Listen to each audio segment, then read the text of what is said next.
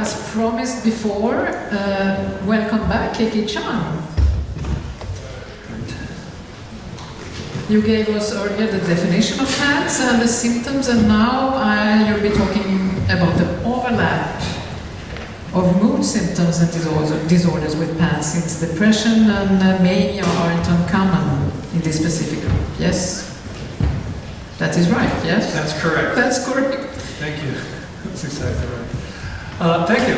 Thank you for having me back after my various acting forays this morning. The last thing we're going to do, that I'm going to speak about, is this overlap of mood disorders and PANDAS. And the reason I think I was asked for this, and I was glad to talk about it, was because I am a child psychiatrist, and my first interest was in mood disorders in children. And I was a bipolar disorder researcher. During my residency in Cincinnati, I was very interested in how early onset bipolar disorders began. It was very controversial back then to have bipolar disorder before the age of 16 or 17. It was thought to be a late adolescent or early adult onset disorder. And so, again, many children were having difficulties, and they were not being diagnosed with bipolar disorder, but instead with things like opposition defiant disorder, or ADHD, or other kinds of disorders, adjustment disorders. But I started studying parents who had bipolar disorder and their children. And I built upon some of the offspring work that many of my colleagues have done. And they're still doing that, especially some people also in Sweden who are doing that, as well as the Netherlands. But I began trying to recognize the very early onset cases of bipolar disorder in these youth who are at risk genetically. And over the years, we finally recognized that bipolar disorder in children may look very different than that in adults. And simply because of the presentation was different. If you look at the core criteria for mania to diagnose bipolar disorder, it was actually pretty similar.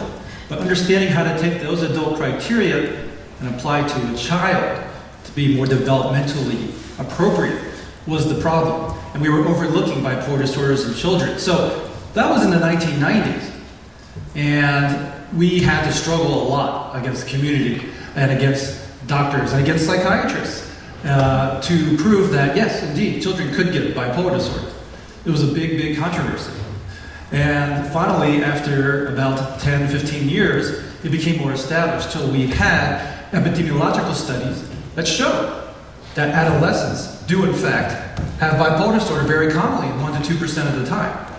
And as I'll show you in a slide, that most bipolar disorder begins in childhood. And so after many, many years, about 15 years of work at Stanford in trying to prove from brain imaging studies and medication treatment studies and genetic studies that this was a real illness in children that mirrored that of bipolar disorder in adults, it was finally more accepted. And after that, of course, I had to find another disorder that was less accepted because it was too easy now. So I said, where can I go that will have more controversy and people won't believe me? Well, the next step, of course, was PANDAS. And as you heard from Dr. Frankovich, I had a very similar foray into that. I began seeing patients with mood disorders, because that was my specialty, but their mood disorders looked a little bit different. First of all, they were treatment refractory, so they didn't respond to antidepressants or mood stabilizers as you might expect. And second of all, they had physical symptoms as well. Maybe pain, maybe problems with sleeping, maybe enuresis. And they also had, if you looked very carefully, a lot of comorbidity and acute anxiety that happened before the onset of their mood disorder. And so going backwards, we were able to find out that these children largely actually met criteria for PANDAS. And by sharing patients with Dr. Frankovich and other people in the PANDAS clinic, we said, hey, this is clearly something that's going on neuropsychiatrically, and began seeing these children together. And as she mentioned, eventually it became all PANDAS research instead of just neuropsychiatric disorders. So we realized that many of these children actually met the criteria for PANDAS and thus formed the PANDAS clinic. But my interest has always been in mood and its overlap with PANDAS and PANDAS. So I don't have a lot of empirical data, as you saw from Dr. Frankovich, to share with you, but I had some more theoretical data as well as clinical data, and I hope that's interesting. So without further ado, let's go. I have the same disclosures I want to start with the case, okay? This is John, Big John. That's not his real name. He's a 14-year-old boy who had an onset of intrusive thoughts and depression in September of 2017. But that wasn't what was noted. The depression was noted. But in October, he suddenly experienced racing thoughts. He wasn't sleeping. He has a lot of agitation, and he had auditory hallucinations. Okay, these voices were telling him that he needed to kill himself. When you interviewed him, he also had grandiosity, increased goal-directed activity, and then finally, he decided to jump out his second-story window. Fortunately, he was okay. It was only a 2-story window, but he was hospitalized in a psychiatric unit, thought to have bipolar disorder because of the racing thoughts and impulsivity, and because of his depression and suicidality. He was treated over 3 months in various inpatient units and residential units with different psychotropic trials for bipolar disorder, including lithium, olanzapine, sertraline, valproex, none of which significantly stabilized his mood. And usually by now you would find some response to these medications if you had the right diagnosis. When he came to my clinic, I did a very careful, thorough history. This is all by history that you have to get these very thorough things. And as Dr. Kapan was saying, some of these OCD things are missed very easily. And I hope we talk about that more during the next 2 days, because OCD can present in many, many different ways. And this child was having more intrusive thoughts. And we see a lot of kids who have these intrusive images, intrusive thoughts that they can't control. And that's actually OCD. That's one of the criteria of OCD. And these images were more these horrible self-destruction, negative images that were in his head, and he couldn't get rid of them. And that's what he started with, acutely. In addition, he did have anxiety and depression at the same time. And this happened over the span of a few days. There was no sign of infection that occurred before this. It wasn't the fall, though. It was in October, where everything seems to happen in October, right? And by the way, it is October right now. Just so we're in for it. But it is, whether it has to do with the stress of school, or the infections going around during the winter and fall, or the stress of school and being next to people with infections. Okay. I'm always surprised that at PANDAS meetings we don't all wear masks. Right? It's a thought, right? But it probably would be very antisocial. But we don't want to spread these things because this is the time of year that it happens. Anyway, but we couldn't find an infection. All right. But because of the acute onset and all the comorbid symptoms, and the fact that we couldn't find any other reason for it, he met the criteria for PANDAS, and I diagnosed him with PANDAS. So when you looked at family history, his mother actually had bipolar II disorder, was being treated for it. But she had a very interesting disorder. It was caused by autoimmune thyroiditis. She thought it was actually caused by Chernobyl, actually, because she's from that area of Russia. But it wasn't clear what was causing it. As long as her thyroid was under control, her bipolar disorder was under control. And there was psychiatric family history. We did an extensive workup. He had blood work, he had an MRI, he had an LP, everything was negative, except for an elevated ANA, anti-TPO antibodies, which is anti-thyroid antibodies, and positive mycoplasma IgM antibody. So, what to do? We'll get back to that in a second. At the time, he was being treated with a lithium, olanzapine, and valproex. You can see pretty good doses of lithium, olanzapine 20 milligrams, which is a very healthy, high dose, and a good level of valproex as well, too. And fortunately, he was still very agitated. He still had intrusive thoughts. He still was feeling suicidal. He had hallucinations. He had dysphoric mood. He couldn't sleep, and he had gained a lot of weight. Okay? Basically, based on these medications and for not being able to exercise. He was out of school. He couldn't even attend school, and he was very miserable. Okay. We'll get back to John in a second. I wanted to mention that this is not an exception. In fact, I've been seeing more and more cases of these children. They present with depression or mania and look like they have mood disorders, just like they present with eating disorders and they really have PANDAS. Same thing with kids. You just have to look for it very carefully, which makes me wonder, how many of the youth that I study over the years that I see clinically for depression or mania actually have more of an inflammatory disorder? Okay. And, well, the reason that I say that is because we're realizing that the lifetime prevalence, the incidence too, of mood disorders in youth are actually increasing. And I mentioned that earlier this morning. But that the rates have been increasing in youth. Okay? And you can see right now, this is the latest data we have from 2010, so that was now almost a decade ago. But you can see the lifetime prevalence of any mood disorder in a youth would be 14%. Okay? So 1 out of every 6 kids are going to have a mood disorder in youth. But the lifetime prevalence of a severe mood disorder, something like bipolar disorder or severe depression, was about 5%, so 1 in 20 youth. That's a lot, if you think about it. 1 in 20 youth was a severe mood disorder during their lifetime. Okay? You can see over there on the right that females tend to have more risk than males, okay, for mood disorders. And we definitely see at puberty a large increase in depression compared to males, and that continues over the lifespan.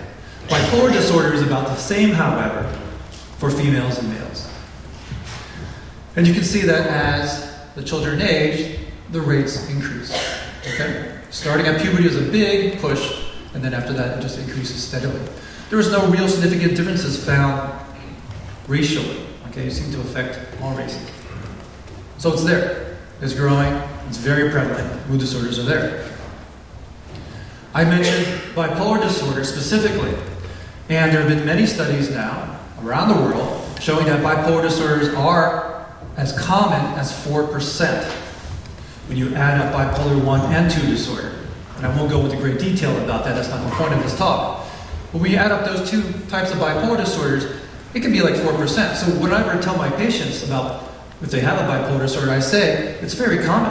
It's part of the human condition. 1 in 25 adults will have bipolar disorder. 1 in 25. And this is a bipolar 1 or 2 disorder, not just a spectrum disorder, a real disorder that has severe implications for their functioning. So it's a very common part of the world, okay? If you include spectrum disorders, this is as high as 8%. Okay, it's a very, very common disorder. Now, why do I say that? Well, as I mentioned earlier, it's usually a disorder of childhood. It starts most of the time in childhood.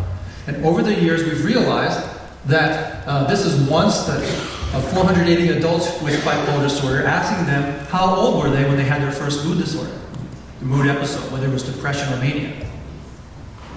And you can see that there are some people with late adulthood onset, early adulthood onset, which used to thought to be the majority of cases.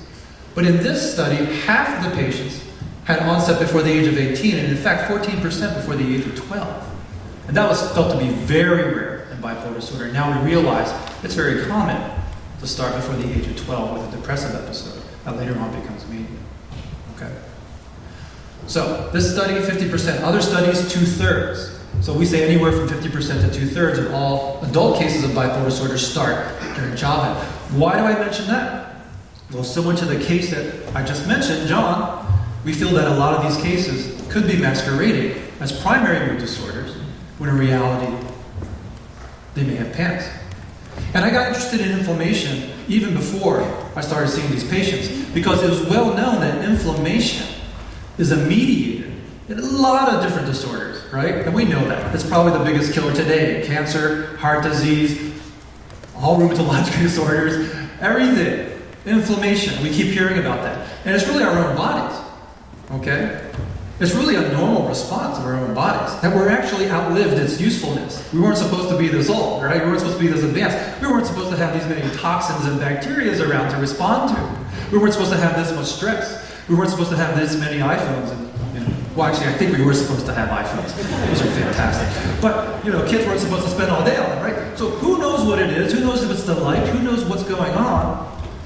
But we know that inflammation has become one of the biggest killers, and it's inside our own body. That's kind of scary. And I started realizing that for mood disorders, and it's been known for years that people with depressive episodes have higher inflammatory cytokines, right? IL-6. You'll hear more about cytokines later on. I think Dr. Agnew is going to talk about that.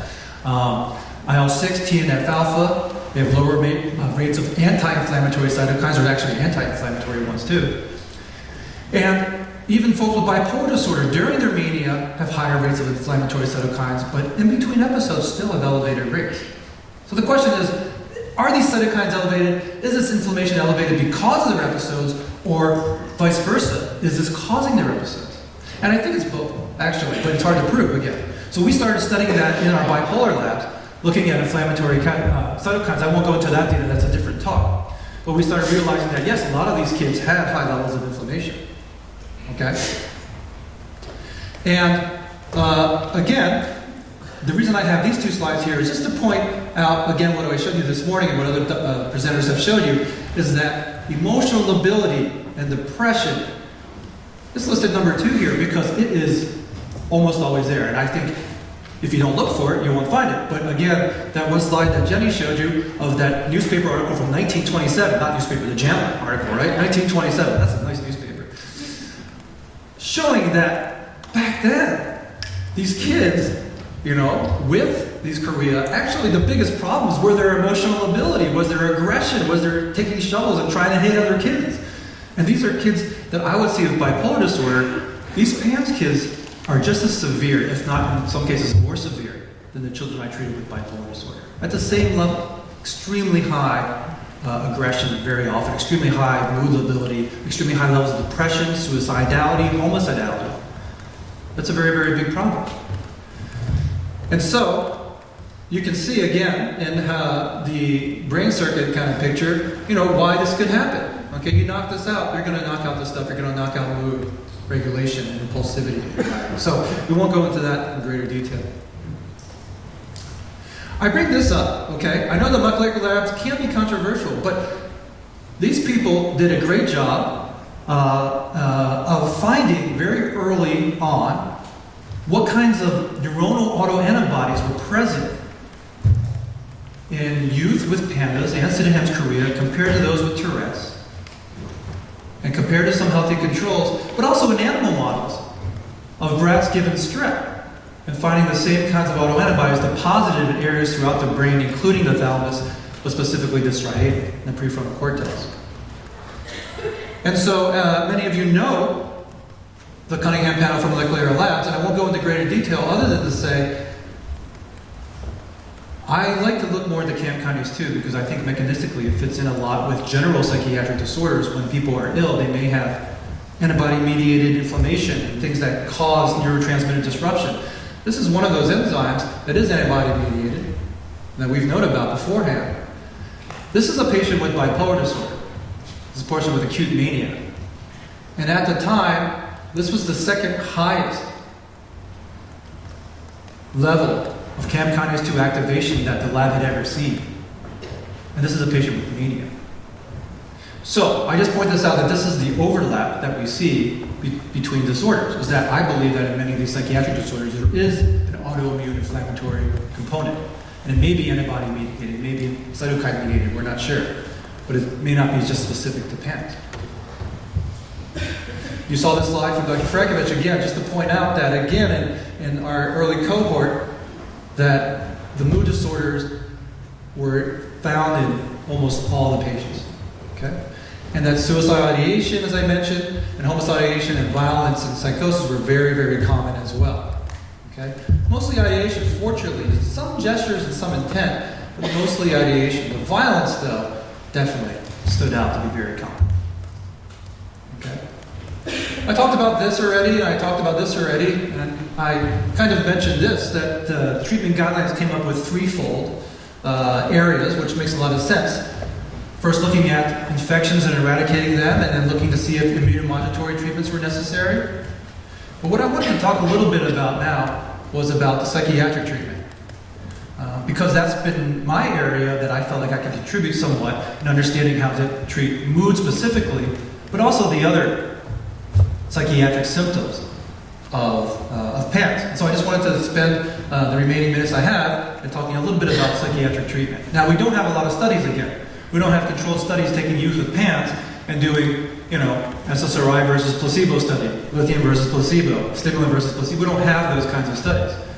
But hopefully the Stanford PANDAS clinic will have some data on SSRI, Jenny, you mentioned that, right, coming out. And we have a lot of sort of anecdotal and clinical and just experiential data. And that counts for something. That's not nothing. It does count for something. That's how you start.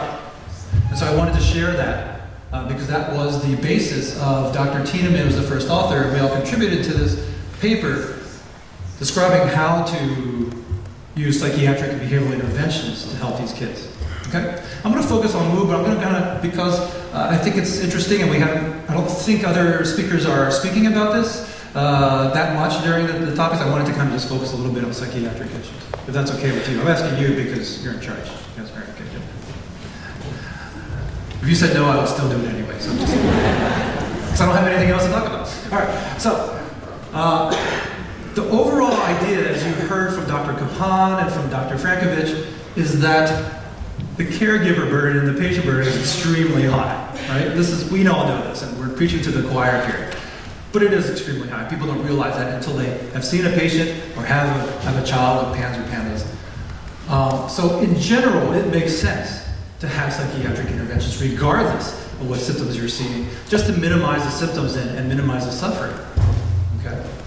They may not be curative, and we're not talking about them being curative, but they may be ameliorative, right? Should be considered immediately at any time. Doesn't mean they should be given it at any time, but considered. Okay? The main thing, though, is that psychiatric and psychotropic treatment should not take the place of medical treatment. Okay? Because sometimes that happens, especially during misdiagnosis. But I even have patients who were diagnosed, but then also put on heavy amounts of ziprasidone or something else. Since ziprasidone, why would that treat OCD? Anyway, the proper approach, we believe, is that we have to use the medical intervention first and as well as possible to lessen the symptoms to a manageable level, so that we don't need the psychotropic medications. And that if anything residual is there, then perhaps that's when we can use psychotropic medications. That's the idea. I think it makes sense if you think about acute inflammation, because these psychotropic medications were not studied in youth predominantly with acute inflammation, not to this level at least. Okay? So you're not going to get a typical response all the time. And it makes sense to me the kinds of responses you do get. For example, I'll show you in a second, because if you have inflammation, you're not going to respond the same way. Anyway, so let's talk a little bit about what kinds of interventions we're talking about, okay? And so there are psychotherapeutic interventions, okay? I'm not going to go into great depth. I have more slides I'm going to show you right now, but they're all based on that paper, really. So if you read that paper very carefully, you're going to get the same information. I just find it's helpful to go over this. Cognitive behavioral therapy and exposure response prevention therapy for OCD symptoms can be very powerful for anyone with OCD, regardless of etiology. However, again, if you're having a really big acute flare, it can be very difficult to implement these things, right? So you really have to take care of the flare and get it down. And you can't always expect children to be able to do these things during the flare. We find that most of the time this is something to add, but usually if they're chronic symptoms, move towards the end of the flare. Okay? But it's good to have those techniques anyway.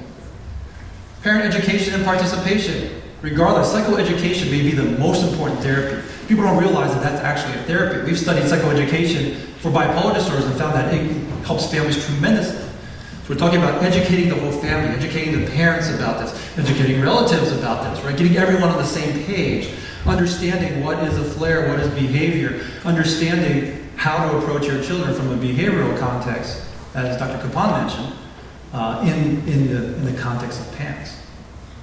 Individual and family supportive therapy very similarly, and of course support groups. I've heard that they can be very useful. I've heard of one here, for example, that can bring people together for a conference in Malmö, and I think that's wonderful. So support groups are very important, not just in giving support, and parental support, if included, it's absolutely essential, but also for moving the field forward. Okay, very briefly, psychiatric treatments for OCD symptoms, okay?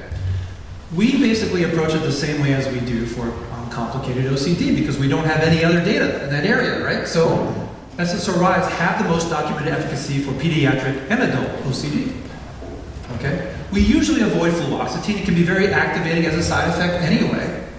And it has a very long half-life, so if you have some problems, it can hang around for a while. So I personally never prescribe fluoxetine. I've seen plenty of kids who are on it. Some kids do great on it. Some kids respond well to it. It's got the most data out there. But I will never use it because we have better alternatives. Things like sertraline, citalopram, and escitalopram, which are shorter half-lives, and so they won't last as long and have less of an activating side effect. Okay? Fluvoxamine is another option. And second line, of course, clomipramine. And sometimes we have to use atypical antipsychotics like risperidone that have been shown to boost the effect of antidepressants. The idea, though, is that SSRIs may worsen symptoms during acute flares of PANDAS. And we've seen that, not all the time, but we have seen that many of the times, and that's why we're waiting for the data to come out and be published on that. But basically the idea, whenever you're dealing with this, is to start low and go slow. And hopefully that's what the data will show, but that's what we do. Is we always start very low when we need to start it on the dosage, and we go very slowly. Okay? So we go by tolerability. I studied for years antidepressant-induced mania in kids because I was studying children at risk for bipolar disorder. They are particularly at risk for having manic reactions to SSRIs, probably up to 50% risk. And I spent my whole life trying to figure out what are those kids, how to predict who those kids are, and how to treat them correctly. Well, it's interesting that kids with PANDAS are very similar. They also similarly have a strong reaction very often with mania to SSRIs. You have to be very careful when you use them. And a lot of people go up on it, and they become manic, and then they come back down, they're not as manic. I still feel that's activating, and so I do still feel that then they should come off those SSRIs. That's something I've always done with kids with bipolar spectrum disorders or at risk, and I do now with kids with PANDAS, and it seems to work. Okay, those are SSRIs, very briefly. Whoops.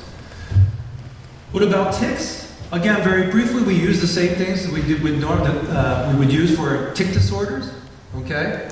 However, again, we realize that tics sometimes take a long time to resolve, and sometimes can be the thing that doesn't resolve with the acute flare. And so we'll use things like CBIT, HRT, but also guanfacine. Oh, I spelled it wrong. I think that's because of Gunilla. I spelled it Gunilfacine. Sorry, Gunilla.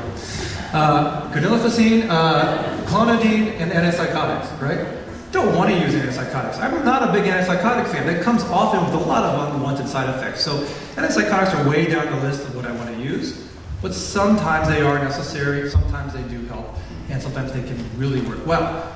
All right? As we'll see in a second, though, during an acute flare, sometimes they work poorly, and I'll talk about that in a second. Whoops, did I go forward too much? Yeah. Then, when we talk about irritability and aggression, now we're talking about more about mood. That's what I wanted to talk to you about. Psychotherapies can be very important. We usually like to use more things like CBT and DBT, dialectical behavioral therapy, to teach kids how to regulate their own emotional control. Very difficult during a flare, but very important in general, and everyone should have these kinds of things. Understanding things like mindfulness and mindful behavior, being aware of sitting with anxiety, aware of how you're feeling at that time, aware of tolerating these kinds of things so you don't act on them as much. Practicing these techniques over and over again. DBT was really developed for borderline personality disorder. That's not what we're talking about, but it's for these big emotional bursts, these emotional dysregulations, which we see across the spectrum in borderline, bipolar, and PANDAS. Okay? So we're thinking this thing could be useful in these kids too. For acute irritability and aggression, it's very hard to know what's helpful. I don't find very many things help in children with PANDAS. We tend to use some of the same things we use in children with bipolar disorder and children with other disorders who have acute aggression. Things like Benadryl or diphenhydramine, things like lorazepam, and finally things like, again, atypical antipsychotics. Again, unfortunately, these things don't work very fast, okay? Not fast enough. They're looking at other kinds of delivery systems that could be faster, like intranasally, but that's still being developed, it's still being studied. But for now, anyone with acute agitations can be very difficult to manage. So in the emergency room setting, at the at-home setting, it has to be done very carefully. And so far, we do recommend these agents more so, including lorazepam, because it doesn't usually seem to harm. Some people have poor reactions as well to benzodiazepine, so you have to be very careful. But in general, those are the things that we recommend. Anxiety in general, follows the same thing as OCD, but I do want to mention as well that again, benzodiazepines may not have as much paradoxical reaction as you would expect, and gabapentin may be something that could be more studied that may have some utility in anxiety. We use it for anxiety and bipolar disorders when we can't use SSRIs. And finally, more mood symptoms specifically, not just irritability and aggression, but things like depression and mania. Well, how do we treat that in the context of PANDAS? Again, the same way. We want to use the same therapies that we can. As I mentioned, CBT and DBT as well as supportive therapies. But then the medications are a little bit different because, again, you have to be careful about treating depression. Like, we never want to take a child who presents to you with depression and really has PANDAS and start treating their depression right away. No, we still want to treat the underlying infection or autoimmune response, whatever's going on. But if the depression does continue, and if it is something that continues past the flare, and if it is something that is debilitating, then yes, medications should be considered, and SSRIs could be considered, as well as things like SNRIs, duloxetine and other things, venlafaxine, and bupropion. You have to be, again, very careful about induced mania, especially in people who have a family history of bipolar disorder, which again, in my niche, I do see a lot. Because again, I get the kids who tend to respond that way anyway when they have a brain insult, right? So they usually would have that bipolarity running in their family. For mania, I have to give a specific shout out to lithium. Those of you who have talked to me know that I'm a big lithium fan. I can say that because it's not, it's generic. It's not part of a drug company. It was created by whoever created the world, right? We like that. It's a natural occurring substance. It's very different from all other medications. And when I have a chance, and somebody who has PANDAS with a cycling mood disorder on top of that, I tend to really look at lithium as a possibility because it can be a stabilizer of mood. It's not specific to bipolar disorder, and it has a lot of neuroprotective properties, which I really believe in the long run can be helpful, at least in short doses for youth. Now, there can be a lot of potential side effects to the thyroid and the kidneys, okay? So you do have to be careful with this. But in some kids, it can be life-changing. In some kids, it's super important. I have a kid with periodic catatonia who I believe has a PANDAS syndrome, and she responds extremely well to lithium, okay? Things like that. And finally, antipsychotic. I want to spend a minute on antipsychotics. Very important for treating psychosis, of course. Again, in the acute flares, we sometimes see bad reactions to antipsychotics. A lot more extrapyramidal symptoms. It makes sense because when we're talking about dopamine, we're talking about basal ganglia, we're talking about inflammation, and if you're messing around with dopamine on the antipsychotics in the basal ganglia, it can make things worse. And that's where you run into movement side effects and higher extrapyramidal symptoms. And we see that a lot in youth in acute flare. After the flare, it's a little bit of a different story.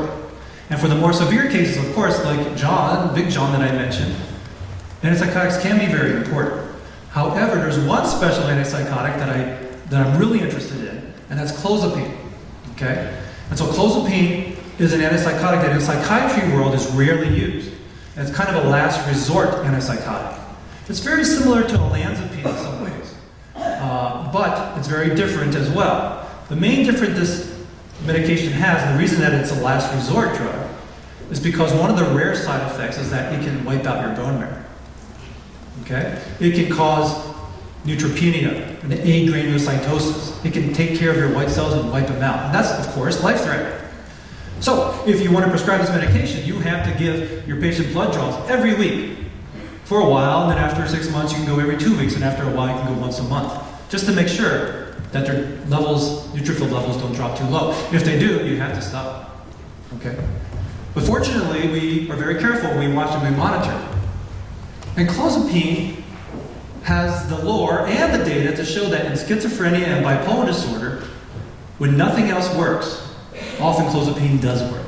And that's how clozapine became popular. Okay? But because of the side effects, it can be hard to mention. Now, I find that fascinating, right? I find that very interesting. Why would clozapine work in these treatment-resistant cases where no other antipsychotics would work? Well, what's the difference? This antipsychotic clearly has some effect on the immune system. And so, one of the questions is, what is the mechanism of action? We don't know. We don't know what effect it has on the immune system other than the horrible side effect. But if there is something going on there to affect the immune system, then perhaps it's really treating a subset of patients who have more of an autoimmune or inflammatory-based condition that's causing their psychiatric symptoms. And there have been plenty of case reports now of people just like that. People with schizophrenia cured by bone marrow transplants, people with intractable OCD treated with different kinds of medications that aren't psychiatric. And I think clozapine fits in that category. So more study needs to be done with that drug. It does have to be used very carefully. I'll skip over sleep in the interest of time. And I'll skip over school, because school's not that important, right? Yeah, no, I'm teasing. School's very important.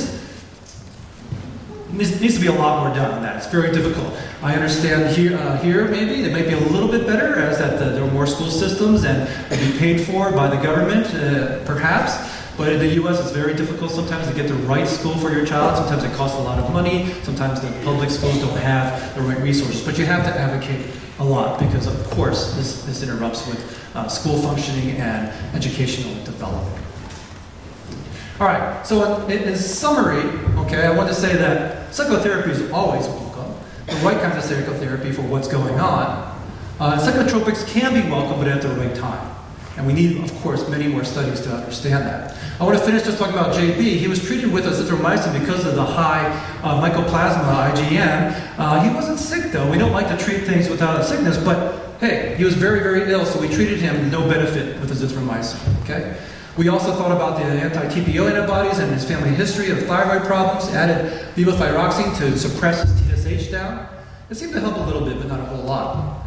We wanted to do it. He got a prednisone challenge, 1 milligram per kilogram for 5 days, and he had a big improvement suddenly in mood and thoughts. And so he was continued at 10 milligrams, and he continued to do well in that, but he would slowly go back to his previous functioning. So finally, he did get IVIG and methylprednisolone. He got it monthly for 6 months. And what happened?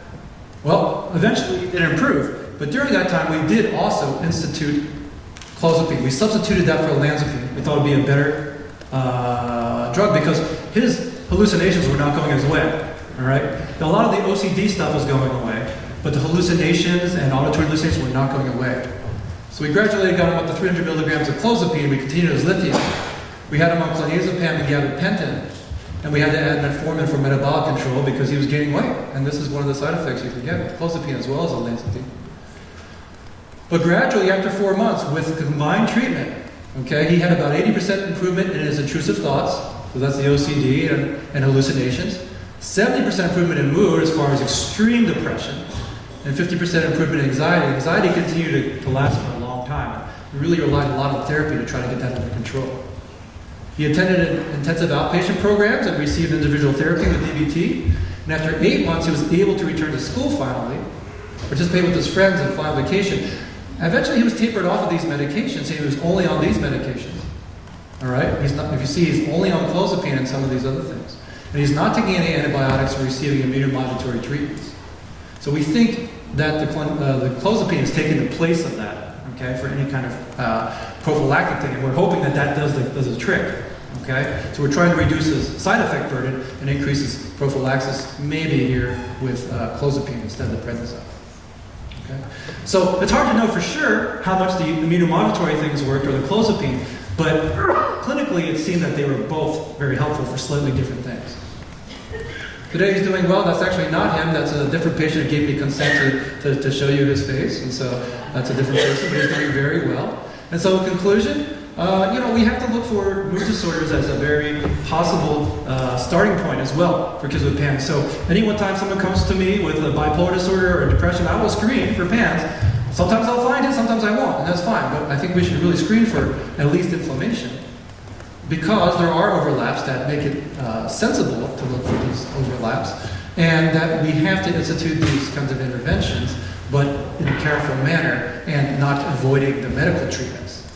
And finally, I think more studies are needed in things like clozapine in youth with PANS, and conversely, immunomodulators in youth with mood disorders, and particularly refractory mood disorders. So hopefully that's the next frontier that people will be tackling. I want to thank all the people in my history that have helped me very much, and that's my job. Thank you.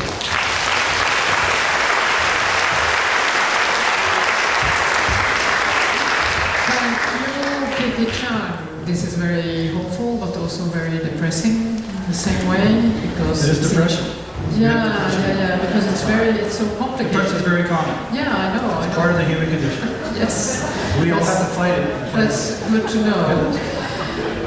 Listen, I have a problem. Now your time is out. It is. Yeah, so I can't put any questions to you. That makes me very happy. I think that was part of the... No. Okay, but anyway, you'll be back tomorrow in the channel panel discussion. And I think during lunch maybe you will answer some questions as well, because I have got a question from Norway. Very good. Happy to. Thank you. I could do tomorrow. So thank you again. Yes, please.